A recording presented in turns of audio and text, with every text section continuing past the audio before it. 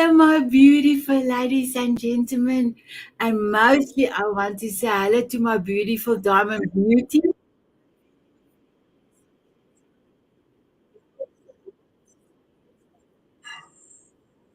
Hello, Sandra. Hello. Can you hear there's a back There is a voice? little bit, yeah. Okay. So give me 1 second. I'm going to quickly close everything on my side. I don't know where it's coming from.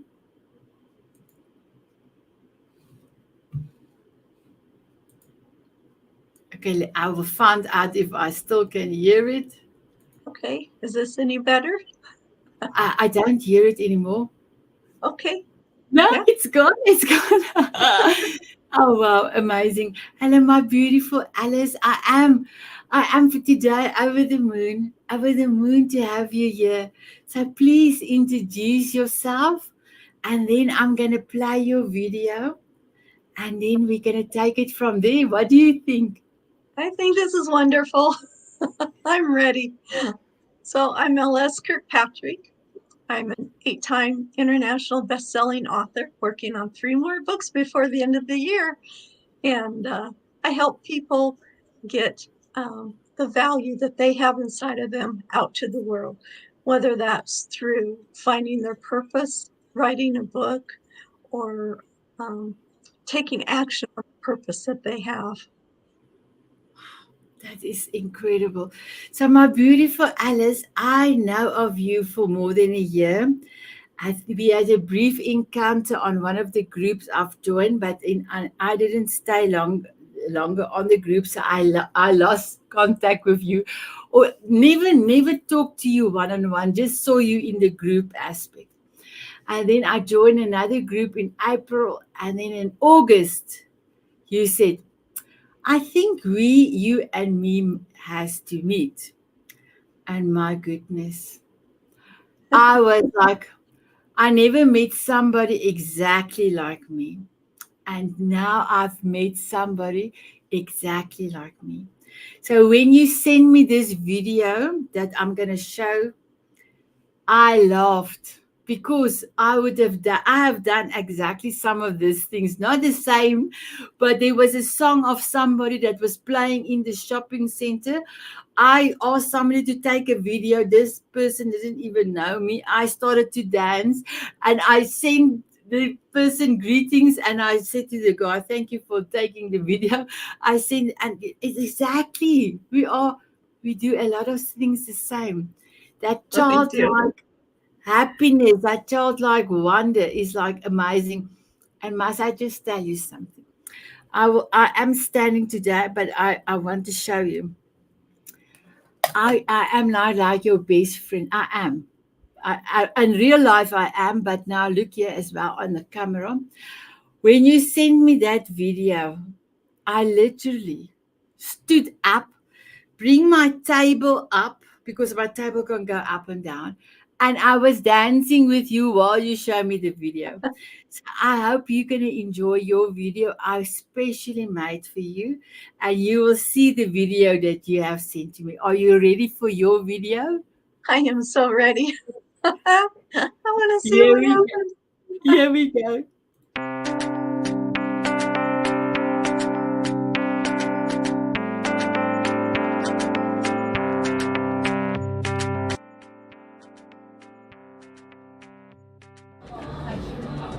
Santa, I wish you were here with me so we could dance in this store.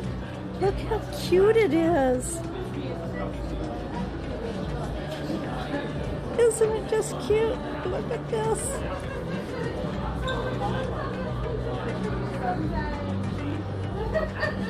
I wish you were here so we could dance.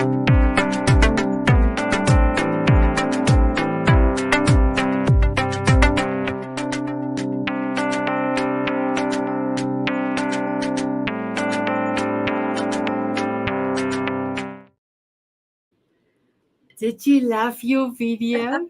I did. That was great. Well, thank you. The That was last such a page cute little store. and the last page was all the things that we shared together. You shared me that house on the, when you build a house, that the one that we danced to. Yes, yes, yes. I love it. And then also our when we had our I think it was our first or second session we had of your beautiful book like you have now. And then also I didn't know if you saw I put you on because you were on roller skates. I put the photograph on. I put you where you were in New York. So you are an amazing woman. So I just want to say thank you for being in my life, and it was absolute a pleasure to do the video. At the end, you saw mwah, mwah productions. So that is me. It's all me. I'm a one man show, but the mwah stands for moments with authentic hearts. And you asked me if you can put it in your Book, journal, my next book. your next book. And I said, you are so welcome. You are so welcome. So, my beautiful Alice, before we start, I want to show you something because you need to show us your children books, but I want to show you something.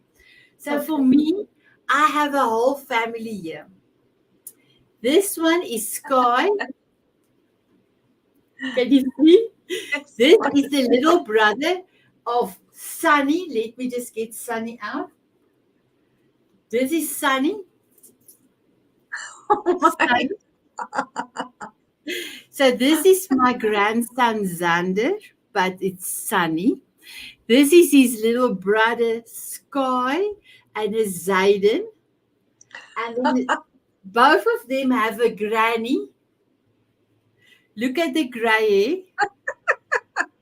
And she's quite tall, can you see? And she talks to them and teach them how to love themselves and to Oh, be mindful. So this is my puppets that and also the stories that I have written for my grandchildren. And then my beautiful grandson, Sander, has a beautiful friend from Brazil, but also in New Zealand. And Brazil's animal is a sloth. oh, those are So so fun. they are best friends. Oh, I don't know why I want to show you today, but will you please show us your children books that you have written? And so will oh, you tell us the story if you don't mind? okay. So I'm going to show you the first book. This is Writing Frogs in the Backyard. Is the Okay. title. And there's the pictures. And this one I wrote for my two granddaughters that were 4 and 6 at the time. And we were outside playing with the frogs, and their dad would bring home pollywogs, little tadpoles from the little puddles at work, and bring them home. And the girls got to watch them grow into frogs. And I wanted to write a book about them having fun outside. And that's how this book was started. Wow. The illustrations you can see, they're just amazing. My daughter's friend grew up with her. She is the illustrator. She does amazing, amazing artwork. She says, please don't make me do this again because it's not her style. But she did this for my daughter and her daughters. I'm so thankful for Hannah Belinda for doing that. So after I wrote that one, when we first moved down to Texas, we were looking for a place to live. And we went to this town called Hutto, Hutto. And there are ceramic concrete hippos everywhere in this town. And I wondered, what is up with all these hippos? Well, we went to a restaurant called the Hippo Cafe. And inside there, they had this giant mural of a hippo and another giant mural of a hippo with a train. And I thought, I've got to write this story. So I just started writing the story. And I had it done by the time we finished lunch. And that night, I thought, I wonder what the real story is. So I looked it up, and I was only off by a couple of things. So I changed those. And then I came up with this book, Henrietta the Hutto Hippo. I got it to be an Amazon #1 bestseller that really started my publishing career. But what I did with this book is something very different. I have the original story in it. I also have all the concrete, you see the concrete hippos that are there. There's actually a website that says where all of those hippos are. I did more information about the town. They have an annual hippo days. Every Friday they show their school spirit wearing orange. There's a mural that was painted, and I talked about that and show the pictures of it. Then, of course, I had to put the Hippo Cafe because that's where I wrote the story. And it shows that the trains are still running there in the town. So there's more to this book than just the story itself. But that has been so much fun. And then I decided children need to write their own stories. So I came up with the one and only Write Your Own Story book. And in here, I have a little guidance for children to know how to write their own story. I have blank pages that they can write the story and put in pictures if they want to. And then in the end, I wrote, what do you do if someone makes fun of your story? Or if someone says they don't like your story? That is okay. Not every story is for everyone. Many authors have stories that some people like and other people do not like. What is wonderful is that you wrote your story. You wrote it the way you imagined it or remembered it, and that is what is important. And that goes for adults too. Now, I have another story that I'm still working on. I mean, I haven't finished, I have it in a book here, but I just don't like the beginning of it. And that sometimes happens with authors. But if you can see this beautiful, beautiful child here with this beautiful, beautiful puppy, that's my granddaughter. And this is my Irish Wolfhound puppy. She was able to hold it and take care of it before I was even able to see it, except through a picture. And then a few months later, we drove down to pick up the puppy. And when I brought it over to their house so they could see it, she goes, "This can't be the same puppy. It's so big." Because she's only like 9 years old here, and she's holding the puppy in her arms. And when I brought the puppy home, she had to sit on the ground so it could sit on her lap. It had gotten big already because they're huge dogs. You know, if you've seen Game of Thrones or any of the other ones where they usually have castles, those are usually Irish Wolfhounds that they have in them. So it's just been a lot of fun, but it was my grandchildren who started me with the writing process because I wrote them stories like you do for your grandchildren. And then my daughter says, "You've got to get this book out for everyone else." So one thing led to another, and here I am. Wow, amazing. My beautiful Alice, I was like blown away when you told me you've got grandchildren 15. And I was like, I actually cried. Remember when we talked about it? Because That's I right. miss my grandchildren so much. They are in New Zealand. Please, can you tell us your story? And you can start anywhere where you want to start. Yeah, well, I'll start there with my grandchildren. You know, before I became an author, I really was a grandmother. I still am a grandmother, but that was about all that I did.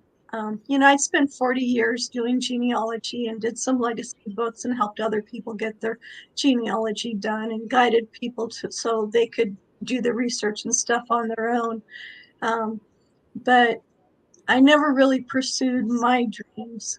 Um, I did a lot of things that I wanted to do, you know, check off the bucket list type things, but to really have a dream and pursue it, I never had the confidence that I could do that. And then I wrote um, this book and two other books and put on Amazon, and nothing happened. I thought you put them on Amazon, people are going to buy them, right? No. I saw an advertisement that talked about, are your books bringing crickets, but no money? And I thought, man, mine aren't even bringing crickets. I'm not even getting dust on my books. They're just there. And so I started to get into the world of owning your own business, being an entrepreneur, and the doors just burst wide open. There's this whole world I didn't even know existed. Talking about speakers, I didn't know who Tony Robbins was. I saw him in a movie one time, that was it, but I really didn't know who he was. Didn't know who Les Brown was. Didn't know who James Malinchak or John Tallarico were. I didn't even know a lot of the authors. It just wasn't anything that I was a part of before. And now I've met so many people like Santa. I have my own show that I do. It's on every Friday and then on TV on Saturday. I have 20 books that I've written. I've written with other people. I've got 3 more books coming out that I've written with others. I'm writing a chapter in their book. I got to go to New York City by myself. Never thought I'd ever do anything like that.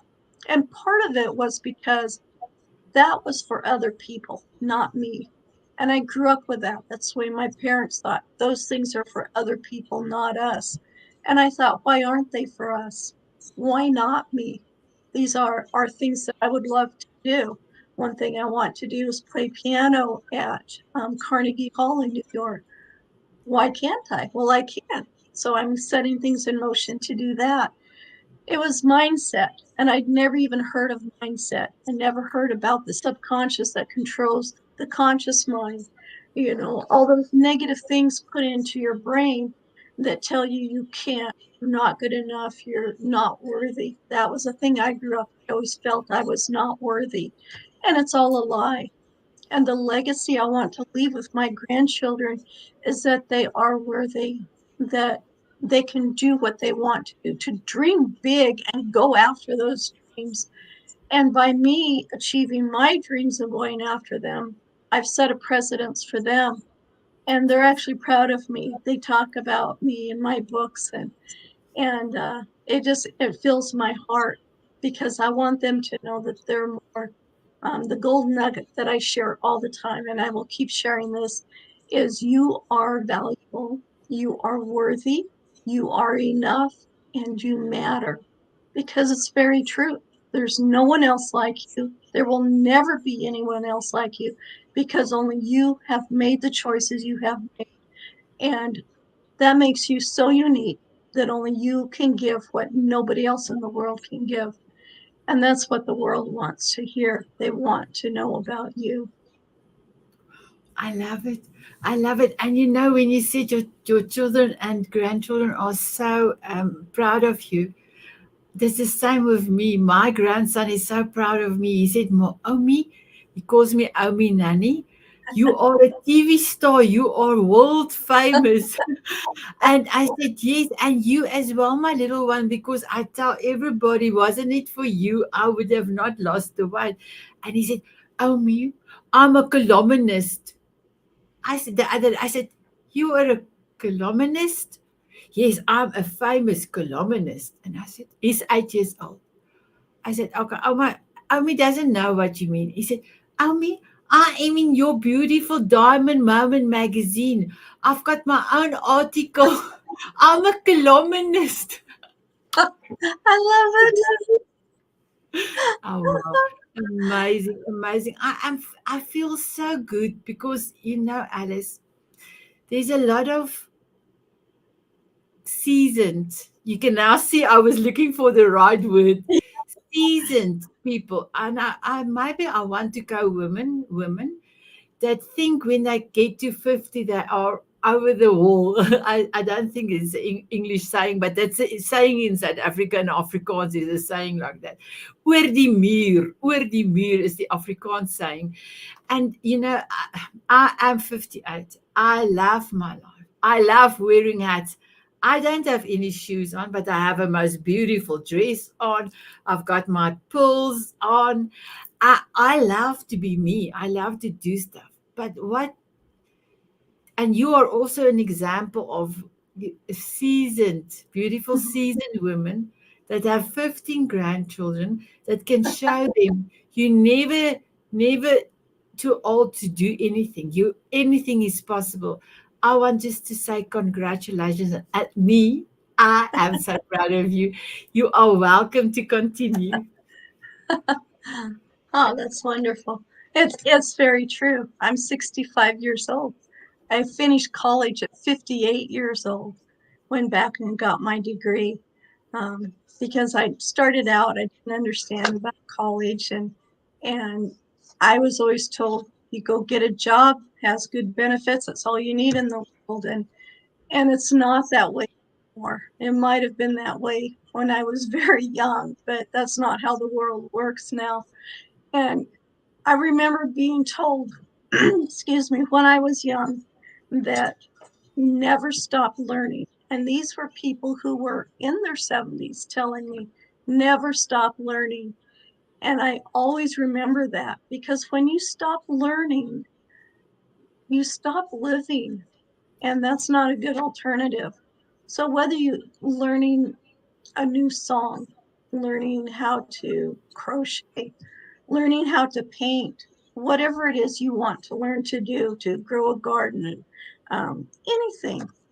It keeps your mind active, and usually your body follows your mind. I know I'm not as physically active as I used to be, but I still like climbing tall things with my grandchildren and my children, whether it's Sandia Peak in Albuquerque or um, I can't think of the place in Boise, Idaho. There's a place you crawl up to look out over everywhere. It's just beautiful, and it's a lot more work now than it used to be, but you keep doing it.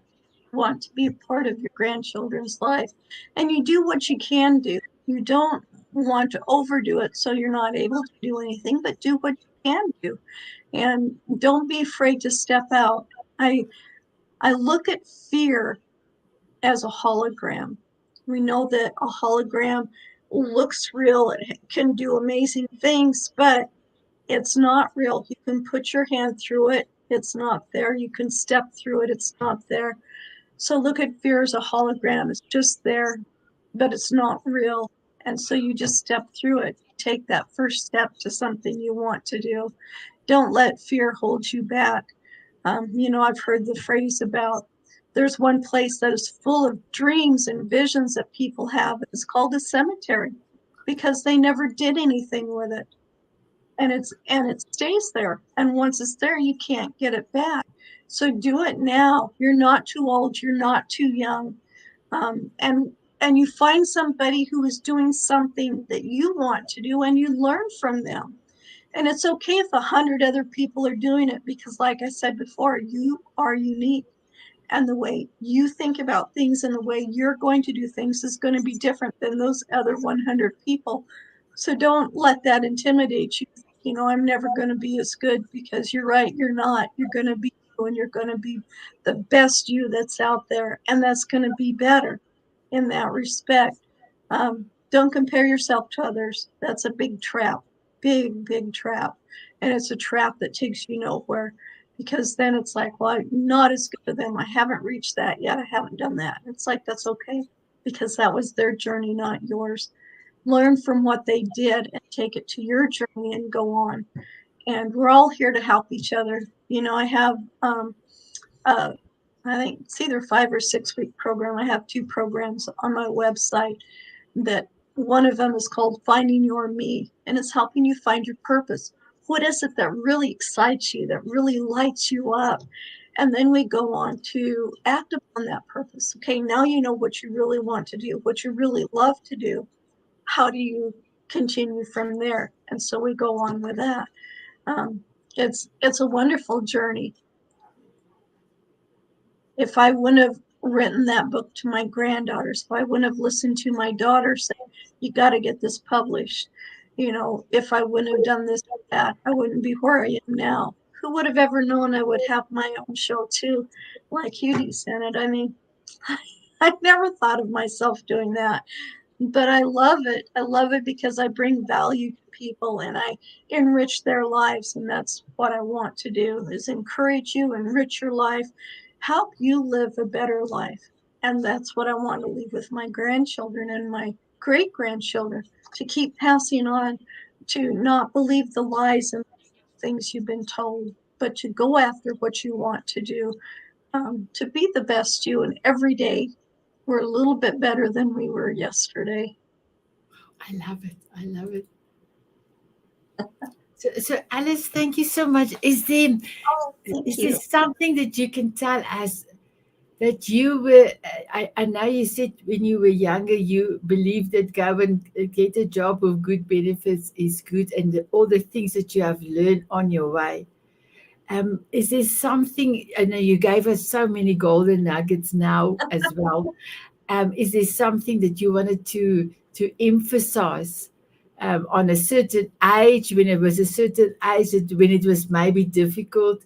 And for the example I'm thinking of, when you were young and the children are young, you feel like you are not doing a good job because there is just too much and you have to juggle so many things.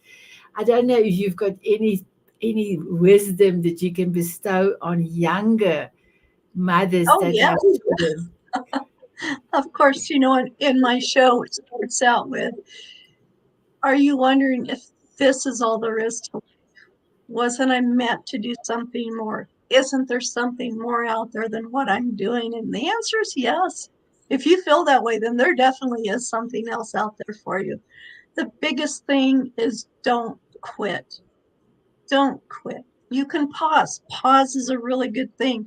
Pause means you're taking time to reflect on what's going on. You're taking time to assess the situation, but don't ever quit. It's so easy to quit. I told a young friend of mine who was helping us out on the farm a few years ago, he hated his job. I mean, he really hated it. And I said, whatever you do, don't quit while you hate your job. He looked at me like, what are you talking about? And he asked me, and I said, this is the advice I was given. If you quit while you hate your job, it's never going to improve. You're always going to quit when things are tough. If you stick with it and you quit when things are really good, then you know you wanted to quit for a good reason, not just because it got tough. Now, for him, the situation he was in, it just never got better. But he assessed it at that point. It's like, am I having a tough time just because I'm going through a tough time right now and I'm learning and I'm growing? Or is it a tough time because this is a toxic thing and it's really not good for me? And so he made the decision on whether to stay or not. For him, he did leave and he found another job that he absolutely loved. So it was good. So that's the one thing. If it's toxic, get rid of it because it's not doing you or anybody any good. If it's just you're having a bad day, that could be that you're growing. If you fail, say, I've been doing this and I keep doing it wrong and I keep doing it wrong, well, that's good because you're finding out things that are not working so you can keep working to find the thing that does work. Don't quit because it's tough. I've wanted to quit. I've wanted to quit. And if I would have, I would never be where I am right now. I wouldn't be here with beautiful Sanet or with all of you. Encourage you to keep going. Um, Find support help. Someone said you need to have the top 5 people that you're around. Are they encouraging? If you have the people you're around the most that are not encouraging, you don't have to get rid of them, but you do need to be around other people who are encouraging, who are supporting, who are helping you more than you are around that person. Um, I actually had to distance myself from a couple of family members because, as much as I love them, they were not helping me. And sometimes other people have a limit on what they can dream and what they can imagine. And their limit may be here, and yours may be up here. I think John Maxwell calls it the cap. But if they can't get past this level and they're holding you down, you just kind of need to distance yourself so you can get up to the level you want to be. And that's okay. You're not getting rid of them. You're not, saying toodaloo forever. But what you are doing is getting yourself where you want to be. And family loves you, but sometimes they can't see your vision and they can't see the way you see it. A family member told my daughter, that's just a pipe dream. Well, it's who cares? It's her dream. If she wants to go for it, let her go for it. She makes a success out of it. Amazing. If she doesn't, at least she tried.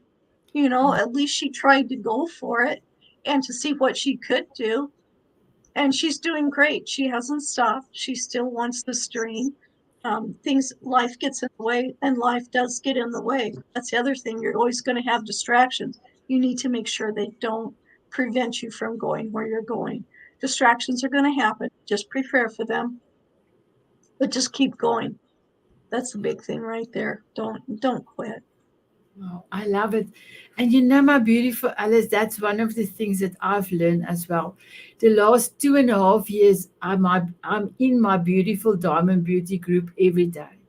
I see what can I do to elevate the ladies. I want to inspire. And yes, I never quit because I've learned the last 4.5 years. If I say to myself, Sanette, you need to do this, I need to keep my own promise and keep my promise so that I can trust myself by doing things because I know I'm going to do it. And that's a big thing that I see a lot of people. If the first or second or third time it doesn't work out, then they said, no, it's not working out.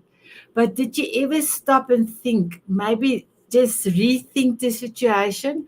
I say there's nothing like failure. There's nothing like you are unsuccessful. I say it's feedback because just looking at the situation, you can look at it maybe another way to look at it and then Change try that it. perspective. Yeah. Yes, yes, yes, yes. So, what else wisdom can you bestow on us, my beautiful Alice? Well, I think that's a really good one right there is perspective. If you're trying and trying and it's not working, you need to get a different perspective. Have somebody else take a look at what's going on, talk it over with them. It is amazing how just a little adjustment in how you're seeing something can make a huge difference. Um, you know, uh, Probably about 6 months after I started on this journey, just, I was so frustrated. I was in my office, which was just a little shed outside, and it's summertime. The windows open, the doors open, there's nobody around, and I just start falling. I am not where I wanted to be. It was just everything coming in at once, and I'm working like 80 hours a week. I am not kidding you. I am there from morning till into the night, 6 7 days a week. But my husband hears me and he comes out, which really shocked me. And he says, "What is going on?" He says, "I'm going to quit. I can't take it anymore. I'm a failure. I'm not anywhere that I need to be." And he looked at me and he goes, "You have only been doing this for 6 months. Most people are at it 5 years before they even begin to see anything happen. Give yourself some grace and don't quit." He didn't say don't quit, but that's what he was saying. But him telling me to give myself grace, him telling me that, you know, I'm putting too much pressure on myself. And I was comparing myself to what I saw other people doing and looking and seeing what they're doing and trying to achieve that too. If that's part of my dream is great.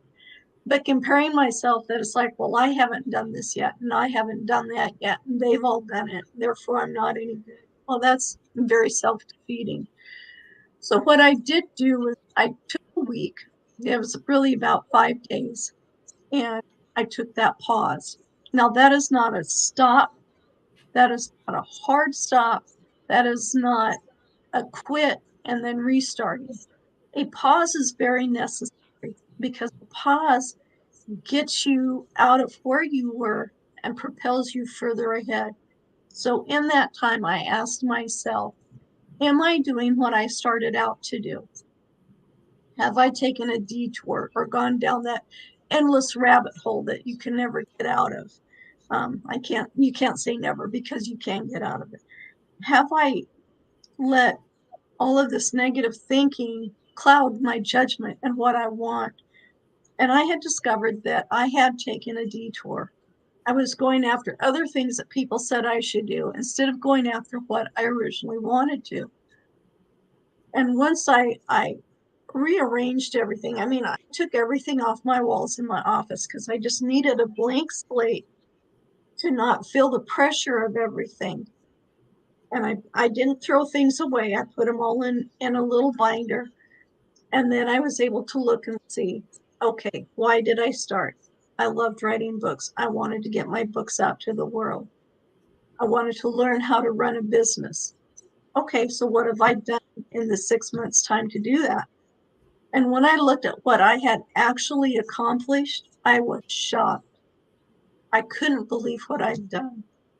I think at that time I had two international best-selling books at that point. And that was just the first 6 months. I had all of these courses, masterminds that I had taken, and I got to know these amazing people. And so then slowly I started putting things back up, my vision board, all of that, my post-it notes back up, but only the ones that were going to continue to get me to where I wanted to go. And from there, I propelled further. And then later on, I got frustrated again. I'm not where I'm at. I'm not where I want to be. Okay, so pause. Why aren't I where I want to be? Did I set unrealistic expectations for me? Not that my dream was unrealistic, but I expected it all to happen right now instead of taking the steps and the time, because it takes time to grow yourself and your business, get your brand out there, find out who your avatar is. It takes time to do all of that. Was I pushing myself too hard? And I was. I wanted it here, I wanted it now, and I wanted it on my terms instead of looking at that. Another thing I was doing was always looking at, why isn't the money here? Why isn't the money there? Why all of this? And I'm like, stop, because the money is not my focus. The money is good. Of course, we're in business to make money, but that was not what my dream and my focus was. My dream and focus was to leave a legacy for my grandchildren. My dream and focus was to help other people, guide them on their journey and get them to where they needed to be. And when I took my focus off of making that dollar, all of a sudden things were calm. Things started falling into place. More people were coming to me. And it's like, okay, so I was getting the bank ahead of my journey, I guess. Um, so it does happen. You just need to be patient with yourself. Be careful. Like I said, take those pauses. I had one gentleman that I talked with, and he told me that I was being unrealistic. I was setting dreams I wasn't going to be able to achieve. I was too old to be thinking the way I was thinking, and I was never going to get to where I wanted to get. And I actually got angry. I held it in, kept it very cordial, but when we got done with the call, I checked him off the list of, this is not a person I want to be around, because when his cap was down here, what he believed could happen, and mine was up here, and I want to go to mine, not his. And I actually kind of felt bad for him, because that meant that he probably wasn't going to achieve his dream, and he had his dream way low. And it's like, why? Somebody said, if you're going to dream big and keep shooting for it. If you don't get to it, it's okay, because you went for something really big, and look at all these other things you've accomplished along the way. And so I did. I dreamed big, and I still do that. And as I reach one goal, then I can get to another goal. As you're walking up stairs, climbing a mountain, however you want to look at it, you take one step, then the next step. And remember, that's all you do. You just take one step at a time. Don't try to take 50 steps at once. And I want this great big thing to happen. Well, take all these little steps, and that great big thing is going to happen. So, yeah, getting a perspective from somebody else's point of view, or even taking yours and sitting back, and it's like, well, what if I did this? Books. There's a lot of great books that people have written for years, centuries maybe, that talk about achieving what you want to achieve and how to get there. So books are a great resource too. Don't limit yourself to where you look for the information. Just keep seeking it out. If you find something that doesn't work, well, that's okay. We all find things that don't work. Just go on to the next one, find one that does. Wow, I love it. I love it. And now, Alice, this dream big. Dream, if your dreams is not scaring you, it's not big enough. So do That's you right. know that you are part of my scary dream? So this is episode 8, Soul of a Diamond. This is a scary dream because not only are you on a television show, but part of your story will be going into the Diamond Moment magazine, All and part right. of it will be going into a chapter in a book compilation called Soul of a Diamond. And if the books come all out, and I know it's going to be bestsellers, then I'm going to embark on doing a documentary on all of the ladies. It's a 2-year project. So it was jumped the gun because the network gave me this show in October, and I thought I will only start it next year. And then the magazine also, I thought I will start next year, but then I got 88 gifts for the 2-year anniversary for the Diamond Beauties. And then God said to me, you have to celebrate the givers. And then the magazine started, and I'm so thankful for my beautiful editor, Shanae. And we are busy with issue number 4, and we are busy working on. So I can just tell you this is scary because the next part is the publishing part, and I want to be a beautiful, heart-centered publisher called Love and Grace Publisher. So that is still in the future. And then I started with Mark Productions just by doing your video. I started with that part as well. So that is a big, and it's scary. And yes, some nights I was awake because I didn't know. I know this is big, but can I tell you, you are now episode 8 of Soul of a Diamond, and I am Oh, thrilled to have you here. So yes, dream big, like you said. That's oh, even if it makes you wake up in the evening. I do. I um, found someone else who's like me, wakes up 3 o'clock in the morning. Don't know why. That's just our golden hour. 3 o'clock. I actually have beside my bed, I have a notebook and a pen. And when I wake up, I write down what I'm thinking of. And if I don't stop writing and I see it's a story, I just get up and come into my office and finish writing it out. I've written a few children's book like that. And sometimes you just have to get it out. Even if you're not going to use it right away, you get it out. That's why you write it down in a notebook. I carry a notebook in my purse. So I've always got it there. So when an idea happens, I've got my phone here and I put things down on it. I've got a little post it note thing in my phone and I write them all down on there, because you never know when this idea that you have right now is going to propel you to something maybe even 8 years later down the road, something that you needed, and Yeah. And I don't know if you know, but you get a pen on Amazon that has a light when you're writing. Because sometimes in the middle of the night, when I wake up with a dream, or because God gave me my downloads in dreams, I just click my pen, and my brother-in-law in America bought the pen for me, and then I can write without waking my oh, husband. nice, No, nice. check on Amazon. There's a pen, and it highlights your page where you have to write. Oh, I like that. I remember when I was still in school, I was watching this show. I think it was like What's My Line or something like that, and there was this young girl who had developed a pen with a light in it so you could write it anywhere that you're at, because she liked writing stories in the middle of the night. And look where it is now. Everybody has those pens. I just think that's so marvelous. One little idea from a young person. Don't ever discount young people for what they have to say or think. I had an incident 2 weeks ago. I was visiting my granddaughter, and all of a sudden she jumps up, she has this great idea, and somebody just started ridiculing her for interrupting, and and I said, stop, don't do that. She has a brilliant mind, and she's coming at this with a different perspective than you and I have. So let her speak and have her voice.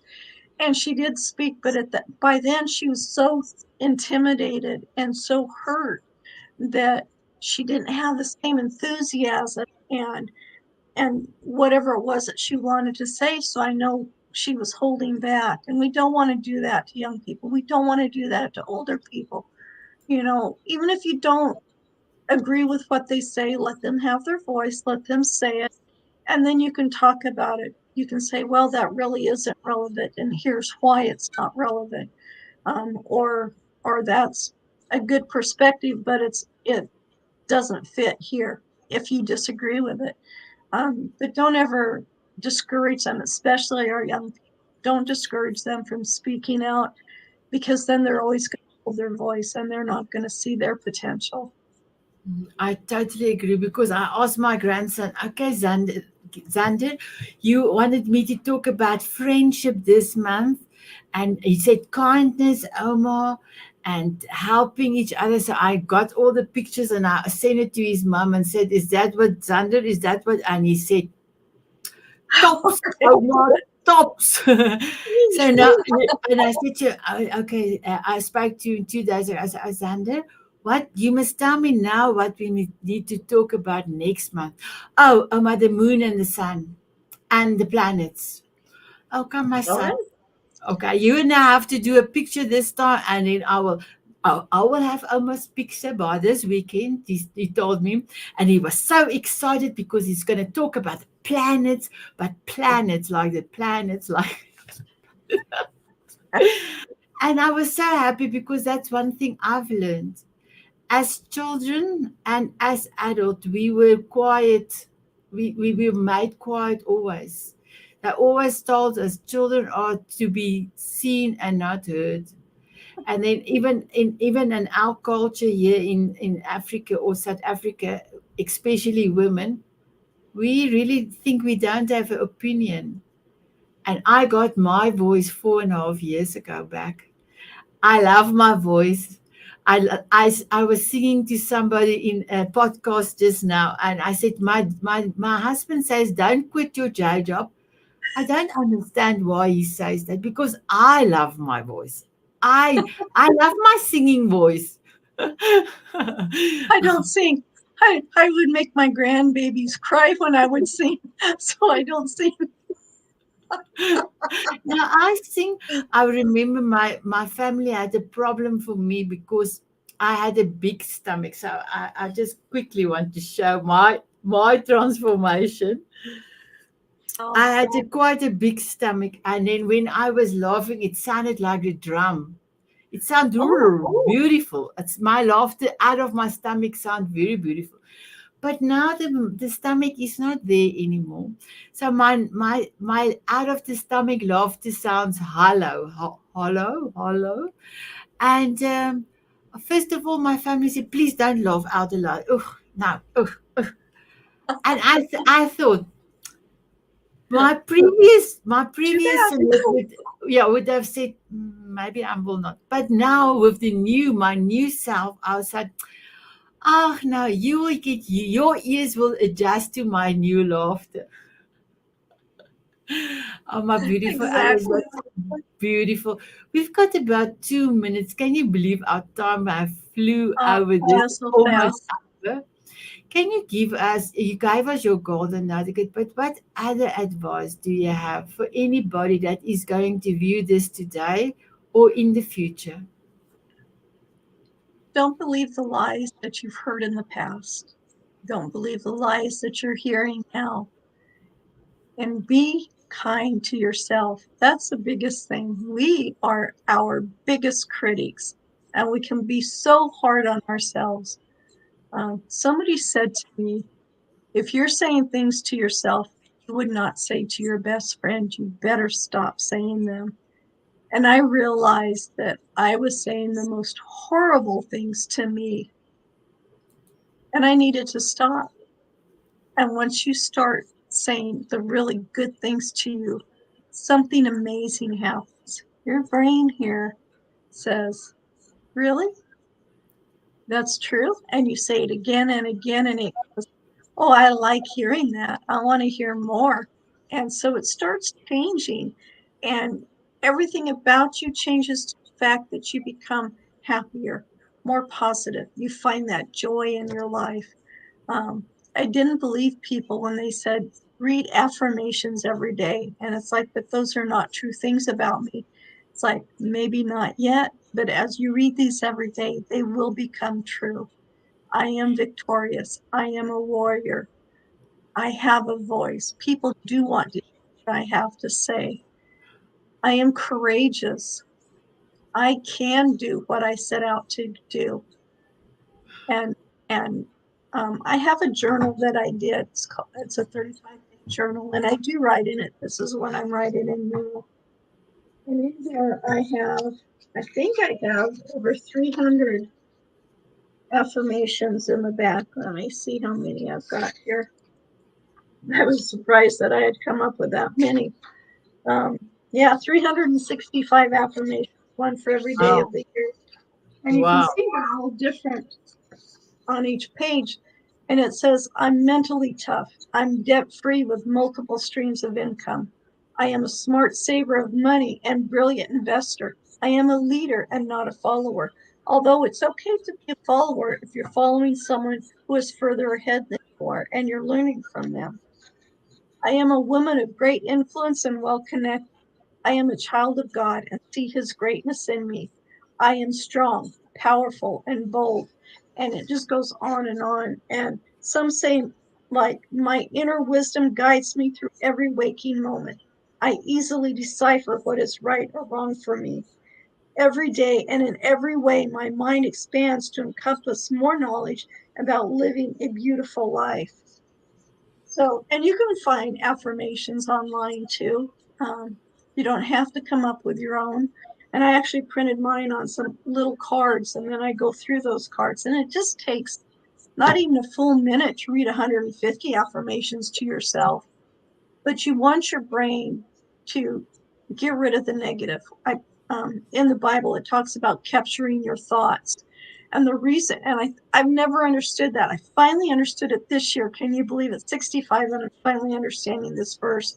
And what it means is to capture that thought is when a negative thought comes in, you stop right at that moment. You acknowledge it. It's like, I hear you. But then you say, I've got you. You're not going to keep coming back into my brain. I have a new thought now. I have this positive thought that's replacing you, and you just kick it to the curb, get it out of there. And the negative thoughts may come back.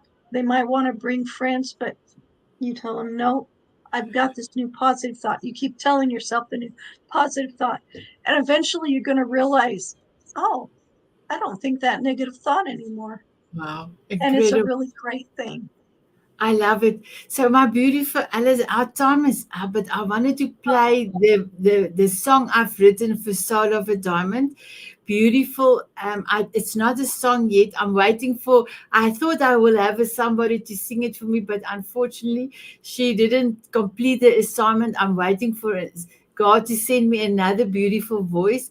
But here is the words for our beautiful show and to celebrate you as well. Here we go.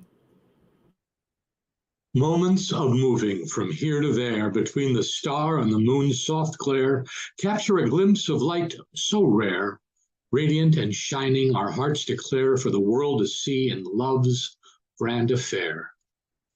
Moments of our lives that are filled with laughter keep us going, hearts thrilled, capture the essence of who we are in the spirit of a child like a shooting star. Moments to share our true stories so bright, not only for the world to heal, take flight, but to remind us how amazing we are. Forever moving forward, a radiant star to create magic near and far. In the radiance of each heart's soft glow, we find the strength to carry on and grow. Shining bright, our love doth show in every moment, from dusk till dawn's soft flow. Radiant hearts, I'm so sorry I couldn't play any further. I hope you love the voice of Dr. Oh, yeah. Alexander. And that is just a song I have written. Now I must get somebody to sing it for me. So, my beautiful Alice, I want to say thank you for being here. We're going to say goodbye to everyone, but you can please just stay for me. I'll quickly have a word after that. My beautiful ladies and the Diamond Beauties, I hope you loved Alice. I loved her very much. Hope you loved our show. And please check out her beautiful story in our December month's issue. I want to wish you a beautiful day. Please look after yourself. Smile often and keep on dancing. Bye, everyone. Bye.